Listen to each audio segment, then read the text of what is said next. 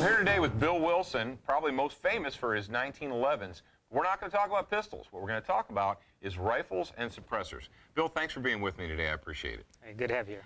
Now, you guys, obviously you're famous for your custom 1911s, but that's not where Wilson Combat stops. You make shotguns, rifles, and now the new suppressor division. Can you tell us a little bit about some of the new projects that Wilson Combat has going? Okay. What we've got here, this is our new Recon Sr Carbine, and SR stands for Suppressor Ready. And basically, it's a Recon version with a 14.7 barrel with a permanently affixed interface for the suppressor, which makes it a legal 16.1. So when you put the suppressor on it, you don't have to do a tax stamp for an SBR and also for a suppressor. You make a good point. I think a lot of guys out there say, well, I'd like a compact rifle, so that's an SBR. That's tax stamp number one.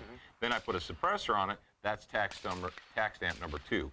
So now I've got $200 times 2 versus 1. And I think they really appreciate that. Now, tell me a little bit about the new suppressor division. Okay. All of our suppressors are solid titanium, and we're really striving to make one of the shortest suppressors that's effective. You'll notice this is about 2 inches shorter than most suppressors on the market.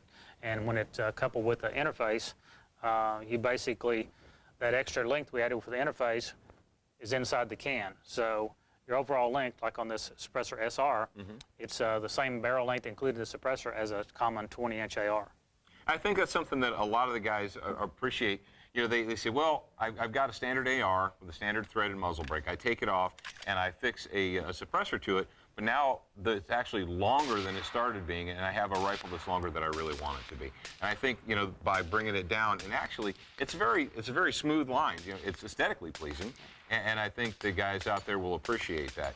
And Bill, I think that's something a lot of the viewers will appreciate is the fact that right here, your can, it actually mates with the handguard rather than having that gap right there. It's aesthetically pleasing and it looks good.